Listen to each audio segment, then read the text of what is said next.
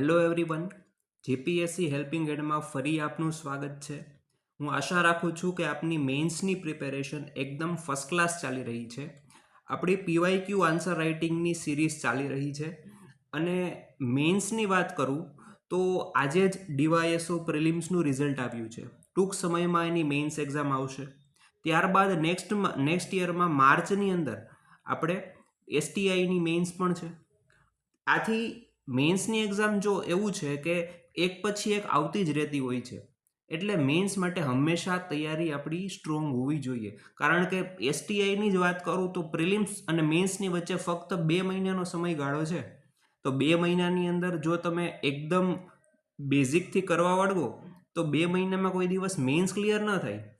એટલે આપણે strong preparation હંમેશા રહેવી જોઈએ અને એના માટે જ આપણે જરૂરી છે PYQ analysis and answer writing. કારણ કે પીવાયક્યુથી શું થાય, એક તો તમને ક્વેશ્ચન કયા પ્રકારના પૂછાય છે એના પરથી આઈડિયા આવે કે નહીં મારે આ વસ્તુ તૈયાર કરવી જોઈએ, આ વસ્તુ ન કરવી જોઈએ. સિલેબસને તમે વળગી રહેશો અને કઈ વસ્તુ ન વાંચવી એ તમને આઈડિયા આવે. અને ત્યારબાદ જ્યારે એનું આન્સર રાઇટિંગ કરશો તો એનાથી એક્ઝિક્યુશનની અંદર ટાઈમ લિમિટમાં તમારો જવાબ પૂરો થાય, એની પ્રેક્ટિસ થાય. અને એટલા માટે જ આપણે આ GPSC PYQ answer writing series ચાલુ છે. ઓકે, તો એપિસોડ 4 આપણો છે અને આપણો આજનો ક્વેશ્ચન જે છે એ ક્વેશ્ચન નંબર 12, 13, 14, 15 ઓલરેડી આપણે કરાવી દીધા છે. GS 3નો ક્વેશ્ચન છે, તાજેતરની 240 નંબરની મેન્સમાં પૂછાયેલો. હવે આ ક્વેશ્ચનની વાત કરું ને તો આગળના જે 2 ક્વેશ્ચન હતા ને એની કમ્પેરિઝનમાં it is easy question. Okay, question easy છે પણ લેન્ધી છે સાથે. એટલા માટે આપણે એને એપ્રોચ થોડોક ડિફરન્ટ બની જાય. કારણ કે આની અંદર આપણો ઇશ્યુ એ થાય કે આપણી પાસે ઇન્ફોર્મેશન બહુ બધી હોય, તો કઈ ઇન્ફોર્મેશન લખવી કઈ ના લખવી એ આપણે જોવું પડે. રાઈટ, તો ક્વેશ્ચન જોઈએ. નેચરલ ફાર્મિંગ વિશે છે. નેચરલ ફાર્મિંગ એટલે કે પ્રાકૃતિક કૃષિ is not only essential for sustainable agriculture but also a boon for consumers health and environment. તો આપને એક સ્ટેટમેન્ટ આપ્યું છે કે જે પ્રાકૃતિક કૃષિ છે એ ફક્ત સસ્ટેનેબલ એગ્રીકલ્ચર એના માટે જ જરૂરી નથી, પરંતુ જે કન્ઝ્યુમર્સની હેલ્થ, એનું સ્વાસ્થ્ય અને પર્યાવરણ આ બંને માટે પણ બૂન એટલે કે વરદાન સ્વરૂપ છે. હવે એ કહે છે ક્વેશ્ચનમાં કે આ સ્ટેટમેન્ટની તમે ચર્ચા કરો અને નાગરિકોનો રોલ જણાવો નેચરલ ફાર્મિંગ ઇનિશિયેટિવ્સમાં. તો એક જ ક્વેશ્ચનની અંદર 3-4 વસ્તુ તમને પૂછી લીધી છે. તો હવે આ ક્વેશ્ચનને કઈ રીતે એપ્રોચ કરવો એ જોઈએ. ઇન્ટ્રોડક્શનથી શરૂઆત કરીએ. ઇન્ટ્રોડક્શન ક્યાંથી થાય? નેચરલ ફાર્મિંગ શું છે?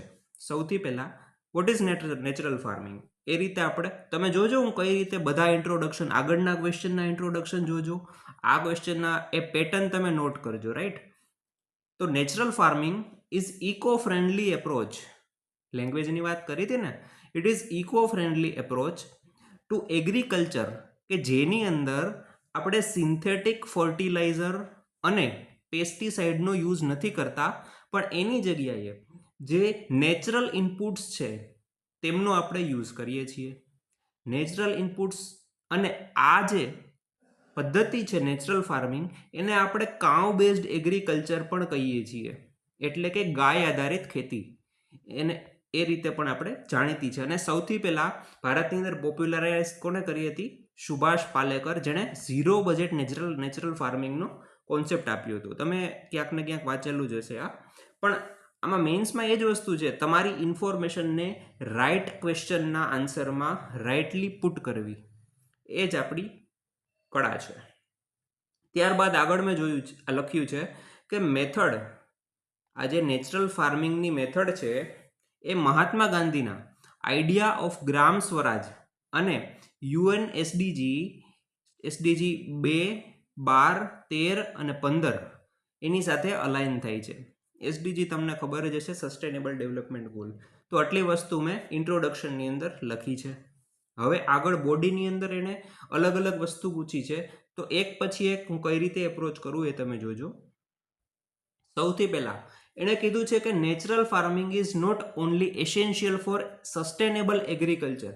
તો સૌથી પહેલાં તો આપણે એ કહેવું પડે કે સસ્ટેનેબલ એગ્રીકલ્ચર જે છે એની અંદર નેચરલ ફાર્મિંગ કઈ રીતે ઉપયોગી છે. તો એમાં આપણે મુદ્દા લખી શકીએ. Number 1, soil health restoration.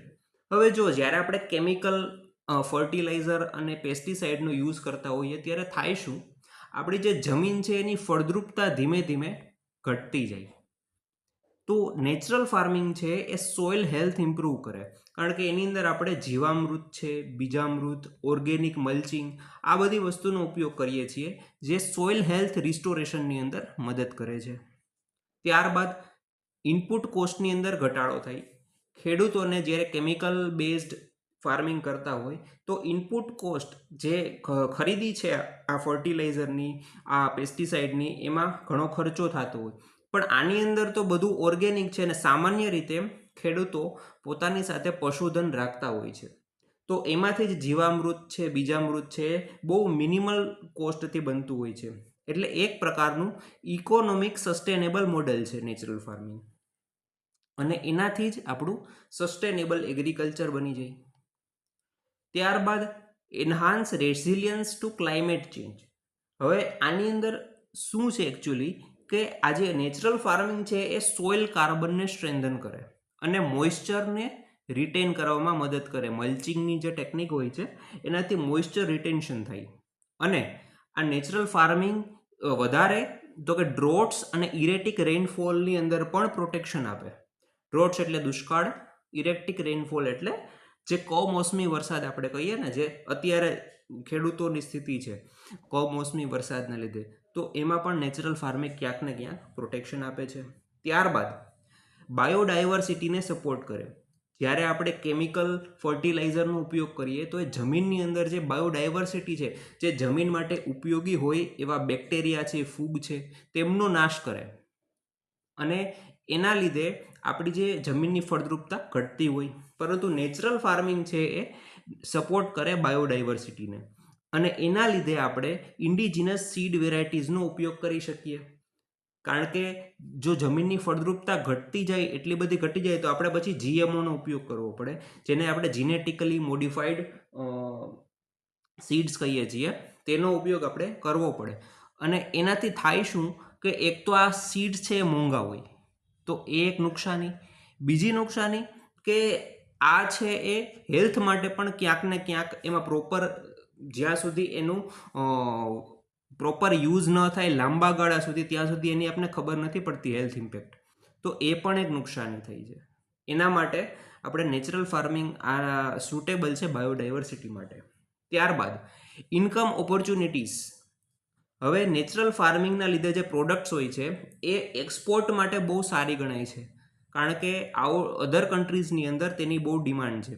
અને ભારતની અંદર પણ જે હેલ્થ કોન્શિયસ લોકો છે તેમની ખાસી ડિમાન્ડ છે આ natural ફાર્મિંગની પ્રોડક્ટ્સની.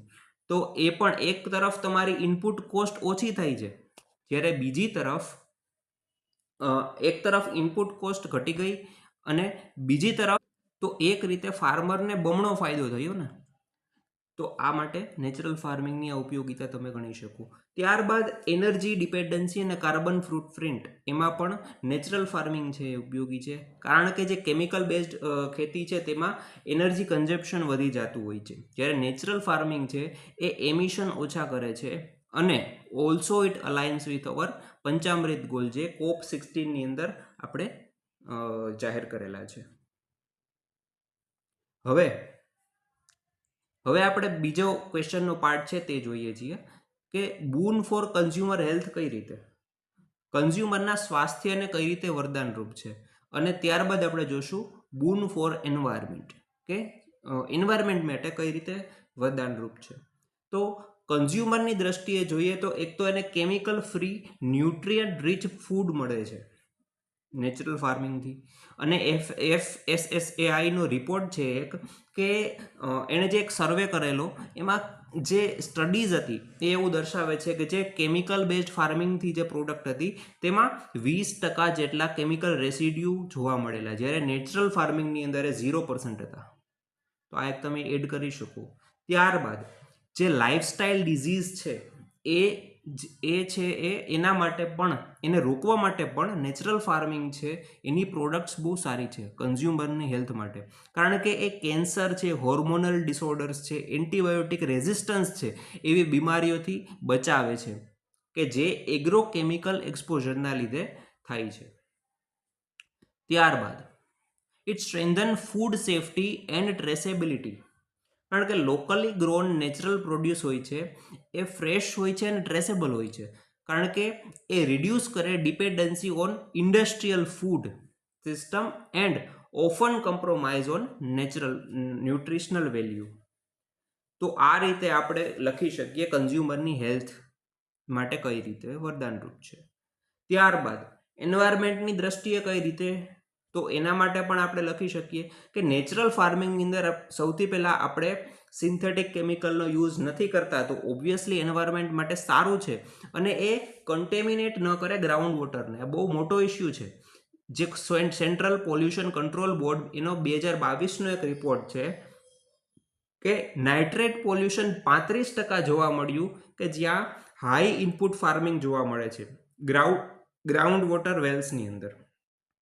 Ground water વેલ્સમાં 35% nitrate pollution જોવા મળ્યું અને આ સ્થિતિ ઘણા બધા આપણા સિટીઝની અંદર, આપણા શહેરોમાં, ગામડાઓમાં પણ જોવા મળે છે. તો એટલા માટે આ નેચરલ ફાર્મિંગ એન્વાયરમેન્ટ ફ્રેન્ડલી છે. બીજું કે વોટર કન્ઝર્વેશન અને સોઇલ મોઇશ્ચર માટે પણ આપણે આગળ વાત કરીએ એમ ખૂબ જ સારું છે. આ માટે આપણે એક ડેટા પણ મૂકેલો છે. આ રીતે તમે ડેટા પણ ક્યાંક ક્યાંક વચ્ચે મૂકશો, કારણ કે આ ઇઝી ક્વેશ્ચન છે, તો તમારી પાસે ડેટા પણ અવેલેબલ હશે. તો ડેટા મૂકશો તો તમારો આન્સર છે એનરિચડ થશે, રાઈટ. અને reduce greenhouse gas emission એની પણ આપણે ઓલરેડી વાત કરી છે. ત્યારબાદ એને ક્વેશ્ચનમાં આગળ પૂછ્યું હતું કે કન્ઝ્યુમરનો રોલ શું છે. તો આ કન્ઝ્યુમરના રોલમાં ઇન્ફોર્મ્ડ કન્ઝમ્પશન છે, urban participation, awareness and advocacy, આ બધા કન્ઝ્યુમરના રોલ છે. હવે આ બધું તમે જો પ્રોપરલી મેન્સની તૈયારી કરી હોય તો જ લખી શકો.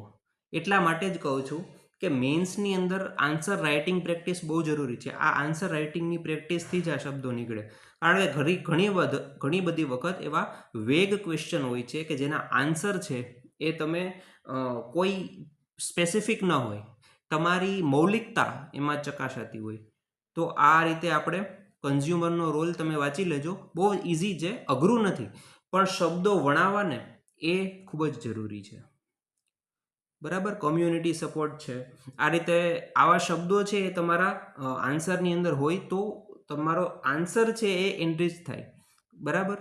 ઇકો ફ્રેન્ડલી લાઇફસ્ટાઇલ છે, રિસર્ચ અને વોલન્ટિયરિંગ, પોલિસી એડવોકસી એટલે શું કે આપણી નેચરલ ફાર્મિંગ માટે એક પોલિસી છે ગવર્મેન્ટની, પરંપરાગત કૃષિ વિકાસ યોજના PKVY.